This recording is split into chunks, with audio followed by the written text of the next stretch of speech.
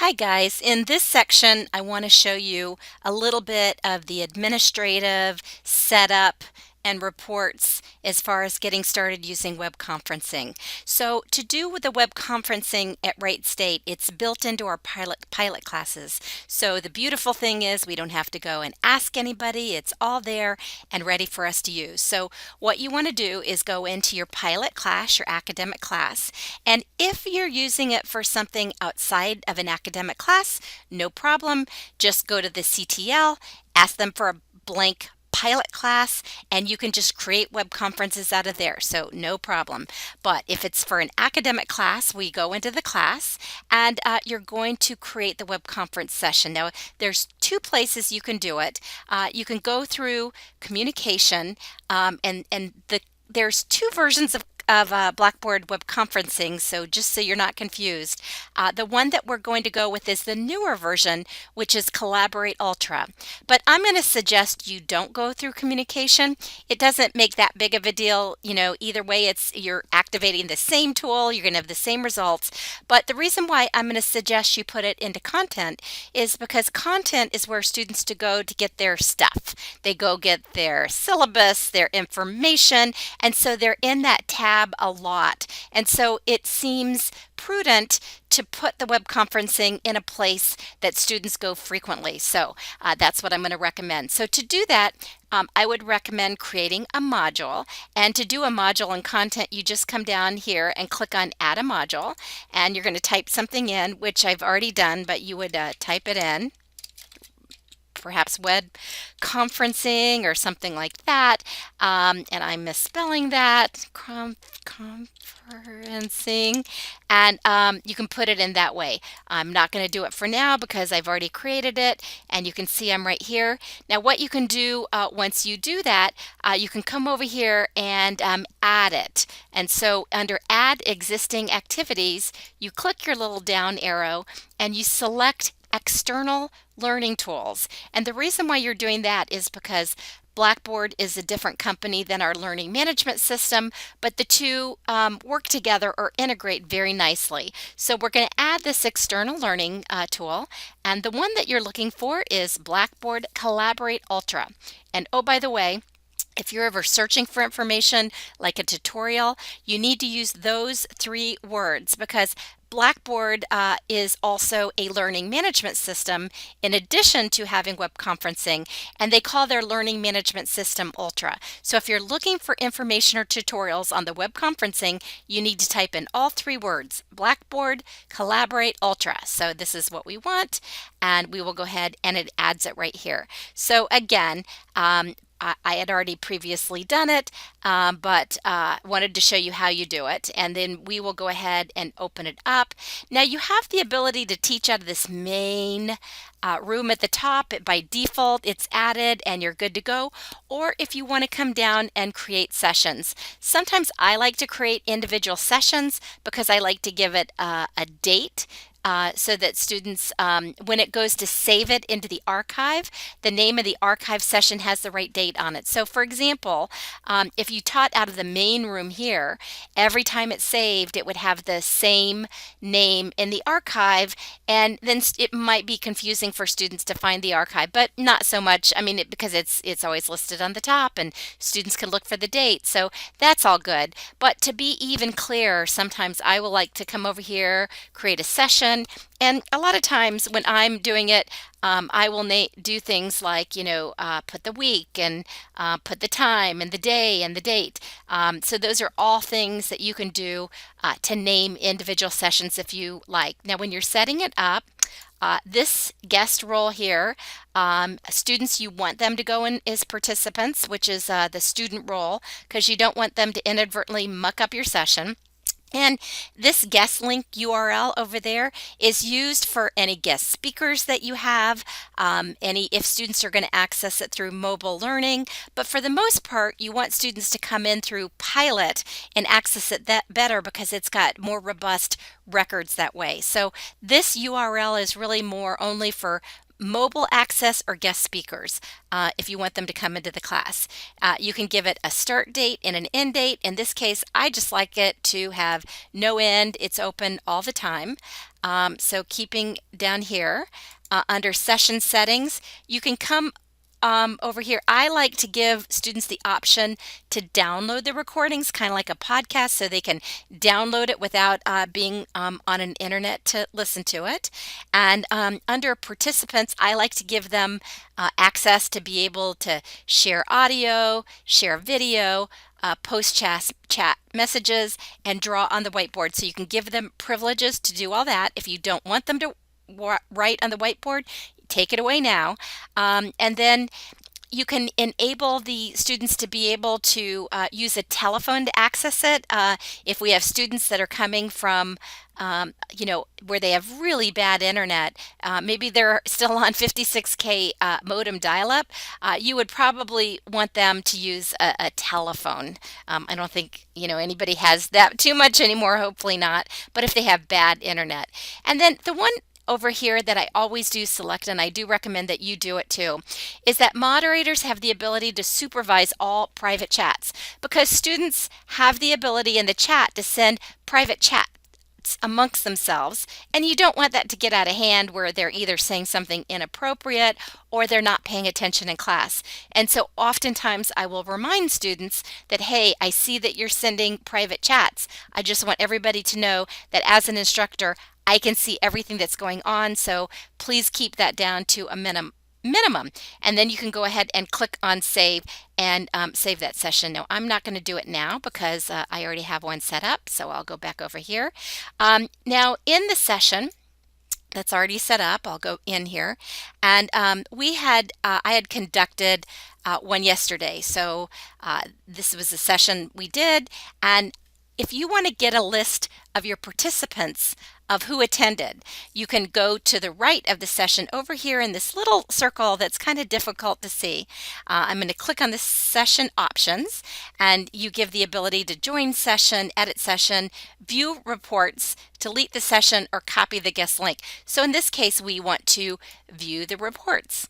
And a lot of times if people go in or go out, or they're kicked out for an internet issue, they might have multiple reports. So what I will usually do is look for the report that has the biggest number of attendees, which we had 60 people show up yesterday, and it gives the duration. So we spent about close to 3 hours yesterday. So you can click on view reports, and it lists all the people that were in the session.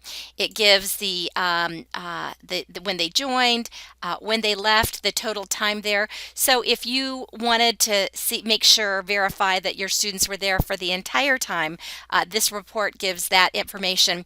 You can come over here and print it out, or you can also export it to a CSV, which is like an Excel spreadsheet.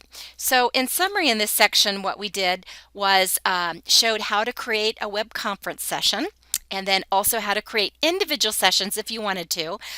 In addition to that, we showed how to go ahead and get reports to see how many people came. Now, the next thing you need to do before you can actually get started in the session is to create your PowerPoints, which I'm not going to, I'm going to assume you guys know how to do that. But what I am going to show you is there is one additional thing that you need to do to upload the PowerPoint. So let me go into one of my classes. I am a folder freak, so forgive me. All right, so here's a PowerPoint. And this new system, most of the new educational technologies are built on HTML5, which is a very good, current platform that you want your educational technologies to be built on. The problem is that when it uploads PowerPoint, it really doesn't have formatting, and so your text is going to look all funky and wonky. So to avoid that, you should take your PowerPoints and you should save them as PDFs, and that's no problem. Before class, finish up your PowerPoint, get it all good to go. And then what you want to do is click on File and then come over right down here where it says Save as Adobe PDF. You click your down arrow and you see down under Save as Type, it's going to take this file and save it as a PDF. And then obviously you're going to put it in a folder so you can remember where it goes. Click on Save, and it's just going to convert that PowerPoint to a PDF. And then when you use it in your session, it's going to maintain the good quality, the formatting, the text is all going to look good. So those are the things you need to do to get ready in the session. And so we'll go ahead and take a pause here.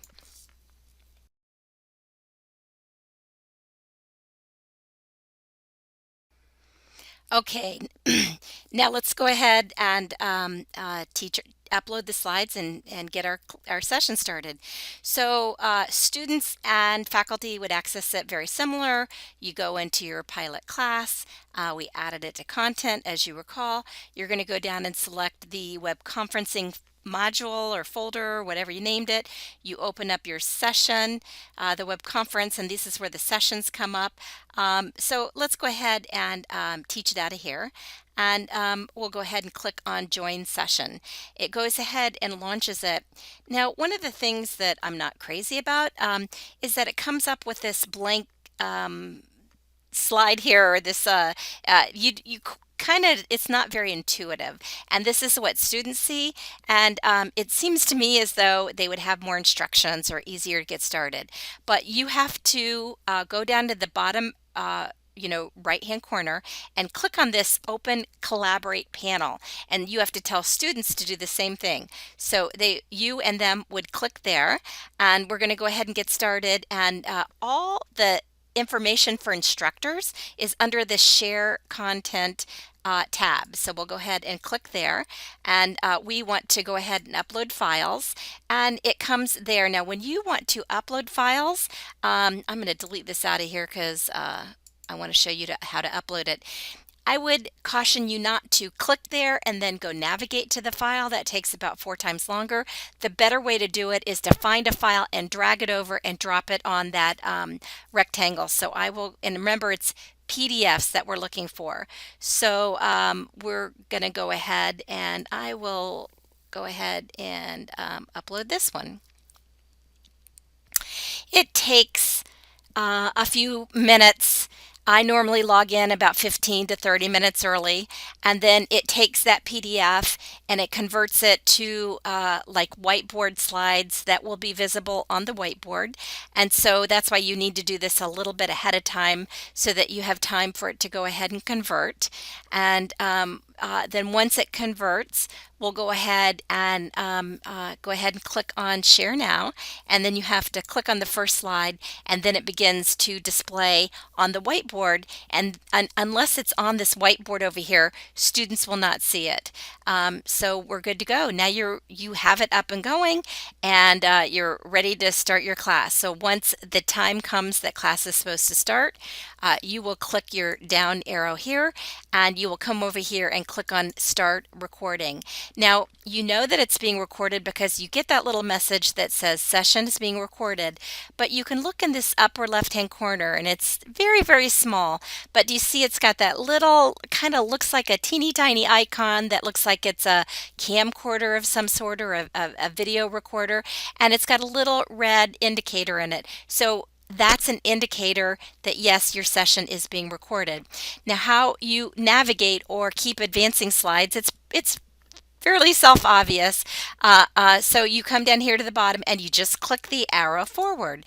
Now going back, the first slide that I have visible for students kind of tells them the date and that we're going to start at this time. So when they log in at 3:45, they can look and see that I'm not going to start class until 4 o'clock. So they don't start getting nervous and say, why hasn't somebody started talking, which they will do. The other hint I would give you is that I start my sessions exactly on time. So when I first started doing this, everybody wasn't logged in. So I said, well, hey, we'll wait another 5 minutes or another 5 minutes. And then students would actually begin to log in 5 or 10 minutes late. So now what I do is they know I will start exactly at 4 o'clock, and my students know to get there exactly by 4 o'clock. So you want to start exactly when it starts. I also have instructions for them right here about how to run their audio setup so they're prepared and I don't have to tell them, reminding them that they have to do that every week and reminding them to set up the panel. So I just start class and I say, welcome, any virtual listeners that are out there, it's this date, let's go ahead and get started. I usually remind them, which I'm going to reach over and take the phone off the hook now. Take your phone off the hook, shut the door, put a do not disturb sign on the door.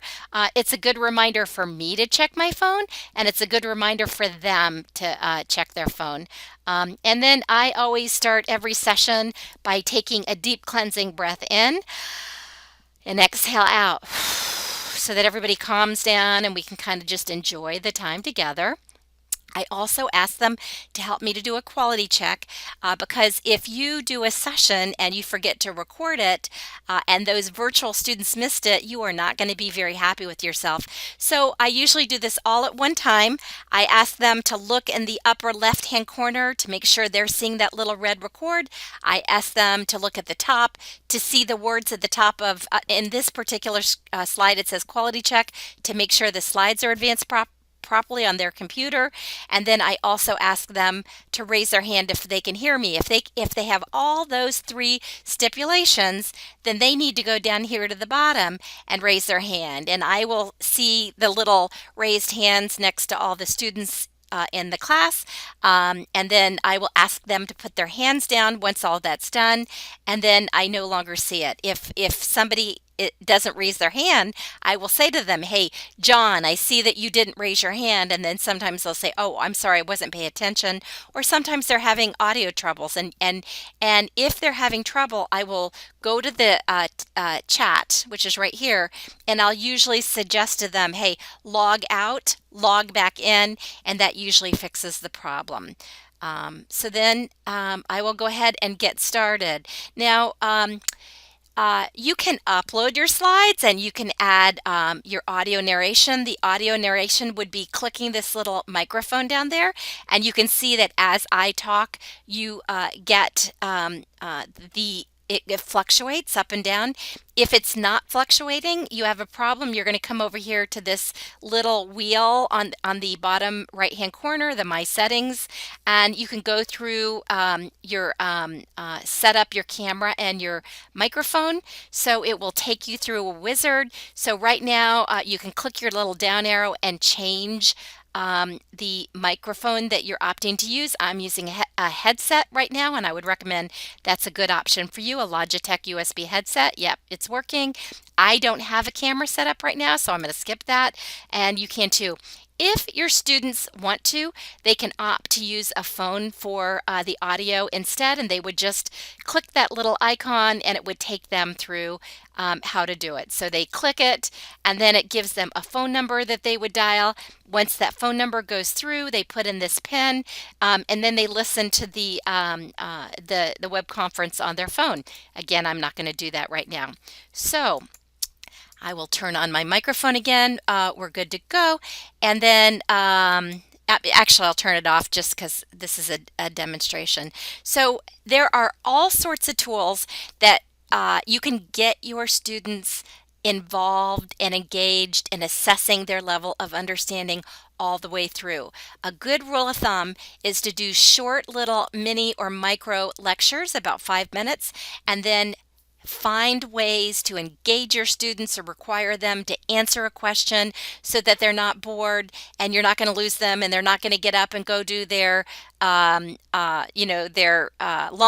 or watch their kids or watch TV. So you have to make sure that they know they're going to be called on. They're going to have to do something. So here's 10 tools that are just quick and easy. You don't have to activate them, and students can instantly know how to do this. So you just tell them to go up to the top and use some of these tools up here at the top. So the pointer tool is this one right here. It's not one of my favorite tools, but you can click on the pointer and you say, answer this question true or false, and they're going to click on it. And if you peek right there, there's a little pointer. You can barely see it.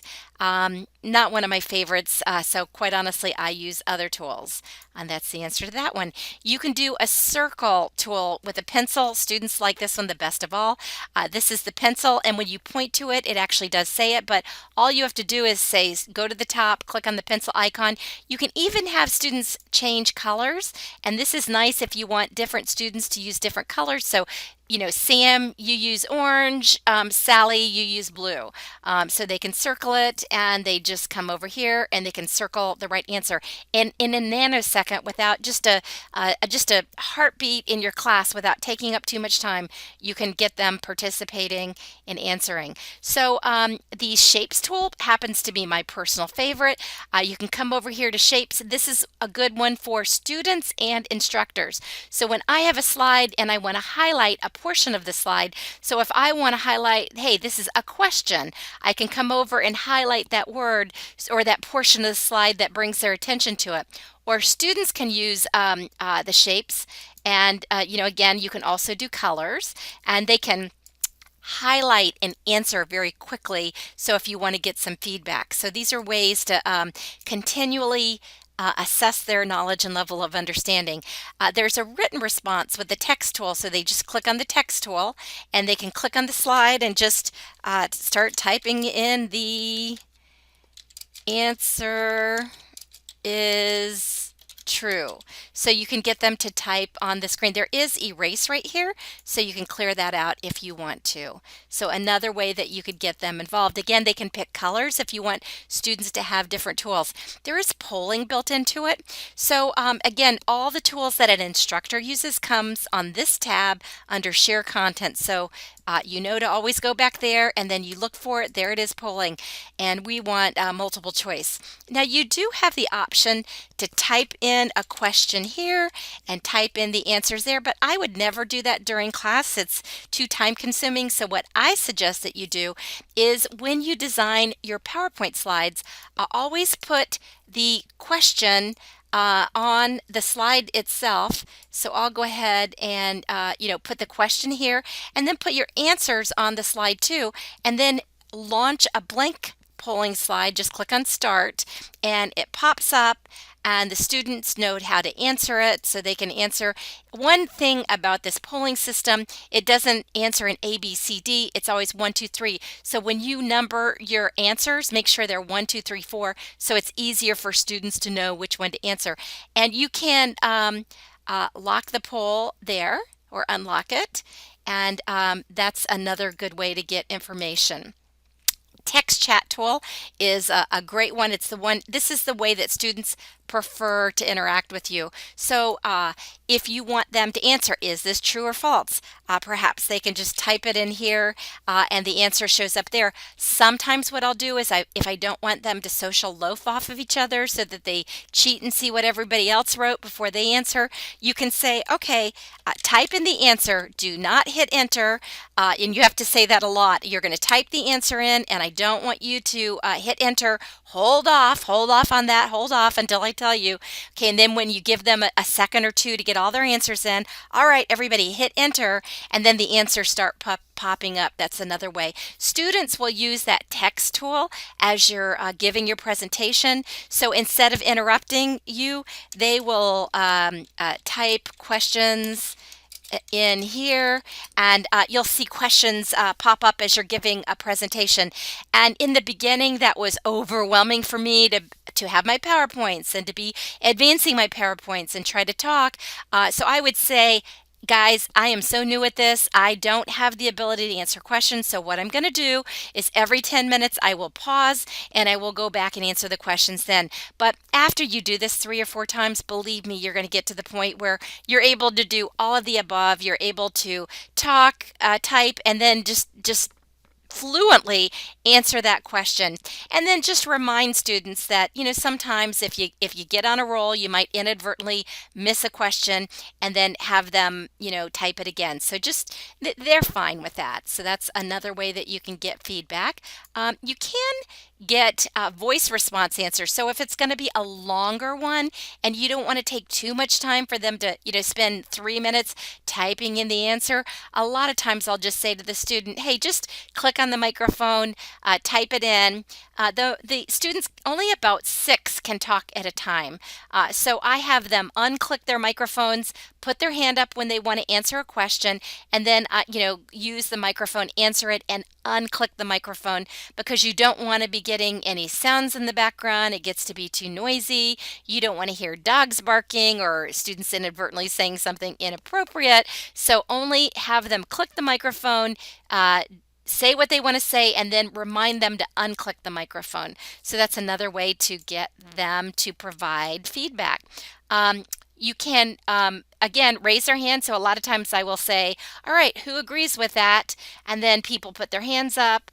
Or who's going to go on Saturday to, this lecture, and then remind them to put their hand down. That's another way to assess them or get feedback.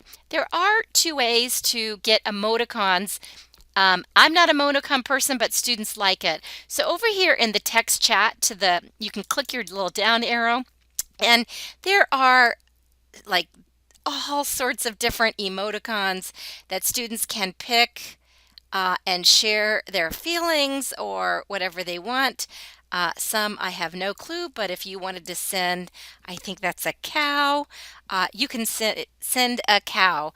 If you wanted to send an angel, you can send an angel. What they do like, though, is if you have a guest speaker or one of the groups is giving a presentation, a lot of times I will say, give them a smiley face. That was a really good job. Or I think they even have applauding hands. Let me see if I can come down here.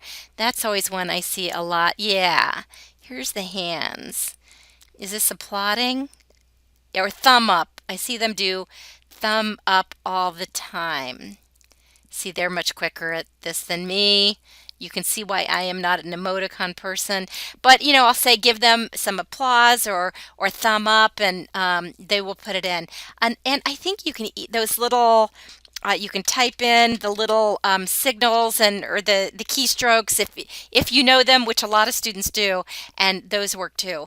Another way you can provide emoticons is, let me keep up with my slides here, is going down here to the status area where your picture is, and click the down arrow so you can put I'm happy. Now where this shows up is to the left of the person's name. So sometimes if a student's confused, I will see that pop up. Hopefully that doesn't happen too often. When students log in the beginning, they'll usually mark themselves away. And then when they come back, or when class starts, they will mark themselves in.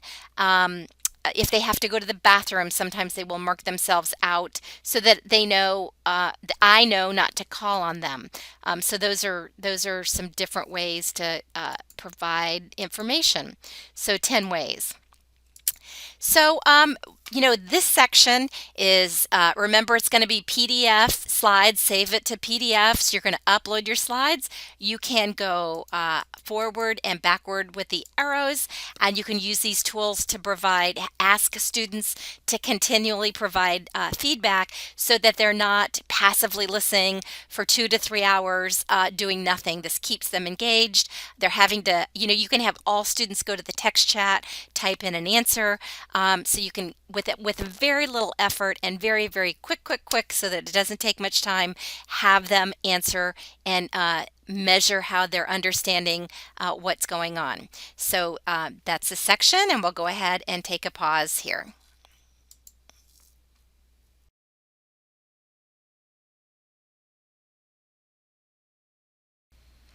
Okay, the last section of this tutorial is going to tell you how to do breakout rooms and also how to do application share. Now, these are not technically difficult to do, but they're a little bit more advanced than what we had covered in the other sections. So I would recommend taking the time to get familiar, uploading your slides, advancing the slides, using the tools at the top before you move on to this section. But once you're ready, this is really cool and really powerful. So think about a face-to-face class where you do group work and you send everybody to different corners of the room, and they've got flip charts and they have a prompt or a case study that they have to work out. And everybody can either have the same flip chart or different flip chart, or the same prompt or different prompts. You can do exactly the same thing and even better in Blackboard Collaborate. And let me show you how to do that.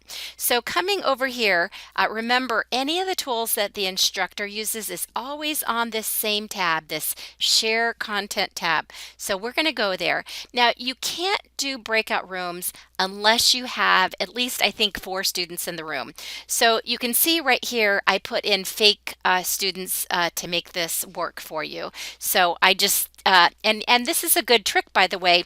Whenever you do breakout rooms, somebody has to stay in the breakout room, or this software has a quirk where it will actually quit recording. So I always use my cell phone, and I send myself that guest link, and I log in so that there's always someone in the main room. And another good trick is to have a laptop to your side and log in as a fake student, and to actually watch the session so that you can see it from a student's perspective. So that's always a good way to learn and see how you're doing. So in this case, we logged in as a fake student, sent myself that URL and just kept logging in. And come over here, we're going to do breakout rooms. Now there's 2 ways to do breakout rooms. They're not one way is not better or worse. It just depends on what you want to do. So let's start with the quickest and the simplest. If you just want to break your students up into random groups, you don't care who goes where, but you just want it to go and go quickly, that's your best bet. So we will go ahead and select, instead of the custom, keep it on random. I'm not going to include the moderators in it, and you just have to pick the number of groups. In this case, I'm just going to do 2, and we're going to come over. You see that it's got, this is the preview of where it's going to throw those students, and we'll go ahead and click start, and in a nanosecond, it sort of goes dark for a minute. So the first couple of times you do it, your heart's going to kind of stop, but very, very quickly you can see down here that the students left the main room. It left me, the moderator, in the main room, and the students are very quickly and automated without you doing a thing. Down here, put a couple into put 3 into group 1, put 3 into group 2, and those students have the ability to click on their microphones. They've got a whiteboard in that room. They can work on the microphone. You can come over here and get the timer started. So let's say you're going to give them 5 minutes to work on that. They see the timer, and when the 5 minutes is up, in the breakout room and also in the main room, an audible ding goes off, and everybody knows that they're supposed to come back. But we know how students can be. You tell them to come back when the timer's up. You tell them to return to the main room, but sometimes they do not. So what I will usually do is, at 4 minutes, I usually send a message and say, 1 minute to go. Come back to the main room when the timer goes off. And then they all get this message to remind them. But if students don't come back, you have the ability to automatically and quickly just pull everybody back into the main room. And how you do this, to the right of the breakout room, do you see that little circle and this little square? That is Blackboard Collaborate Ultra's universal sign. Whenever you want to stop a tool, you see that circle and the square. So if you point to it, it actually says end breakout rooms. Now I'm going to click that, and it immediately ends the breakout rooms, and it just brings everybody back to the main room. It takes a few seconds for it to happen. Now, let me warn you about a couple of things when this process happens. When this process happens, it takes a few seconds for them to reconnect. But when the students are reconnecting, if they had had their microphones on, which hopefully they did in the breakout rooms, their microphones do not turn off when they return to the main room. And you know how students are when they get into small groups where they don't think anybody is listening to them. They could be saying sometimes inappropriate things or something that really is not right to be shared with the whole main group. And so as they're coming into the main room, that discussion sometimes will continue. So I try to be very careful about having my microphone on and reminding them to say, now remember, your microphone is not shut off. You are in the main room, and I need you guys to, quit your discussion and turn your microphone off so that they're aware that this is happening. And then the second thing that some students say, there's a time or two where the time went off and the group stayed in the room and they didn't return. I had not sent a notification reminding them, and I just automatically, shut the room and brought them back to the main room. And some students felt like they had been violated and they didn't like that. So now, just to be careful, I send the notice out just so they know what's happening. I give them about 30 seconds afterwards, and then if they still have not come back to the main room, then I feel like it's fine to bring them back. So, and I kind of give them a heads up about, hey, this is how it's going to be happening. The other way you can do breakout rooms, and this is my preferred way, is you go to shared content and you're going to go to breakout rooms, and I'm going to stop that timer. Again, let me bear with me. Come over here, timer, and we will cancel. Okay, got it. So I will come over here. I guess you have to click here. There you go. Breakout rooms. So instead of the random, I'm going to do custom. And I like custom because my classes are taught they're graduate classes and they're taught in a condensed 7-week format. And I will assign groups at the beginning of that 7 weeks, and my students stay in the same groups for the entire 7 weeks. And so they know what group they're in, and I need them to go to those specific groups. So I will allow them to switch. And then if you want to add groups down here, a little trick about the system is if I needed a group 3, don't click at the bottom of group 1 because it will add it between groups 1 and 2. And if you're a little, anal like I am, you won't like that. So the way to keep them in order, delete, is to go down to the bottom beneath the last number and click there, and then it adds the last group under there. And then what happens is it creates the breakout rooms, but it does not move the students to the breakout room because it doesn't know which students are in which group. And so students have to move themselves. And I will tell you, they don't know how to do this at first. And it might take you as long as 5 minutes to kind of train them how to do it. But once you train them how to do it, they're good to go. So this one takes a little bit longer, but the advantage is that students will go to the group that they were assigned to. And how this works is students will want to take their name and they will want to drag it down and drop it into the room. And this causes the system to freeze. And so you have to keep reminding them, don't drag your name. What you do is, do you see we're under group 1 down here? To the right of it over here, looks like a little door with an itsy bitsy tiny green arrow. You actually have to click on that, and that will open it up, and that will take and in this case it's me, it takes me to that group. And then when I need to go back, it's just the opposite way. Under the main room, I click the little door and the green arrow, and again you get that gray, and you will hate that little gray screen every time, and it takes me back, and that's how you move back and forth. Now, One of the disadvantages of this new version and is that the whiteboard that they have in the breakout room, you do not have the ability to bring that back into the main room and share it back with the main group, and it also does not record any activity that takes place. So what I usually do is I have each group report back to the main room so that that is shared in the final recording, and also it allows us to hear what they did in the breakout room. But instead of using the whiteboard, what I've been doing lately, and I like this so much better, is I have them use a Google slide stack, and I turn on the shared capabilities so that students can automatically collaborate at the same time, and it's real time. So if Sam adds something, Sally sees it immediately.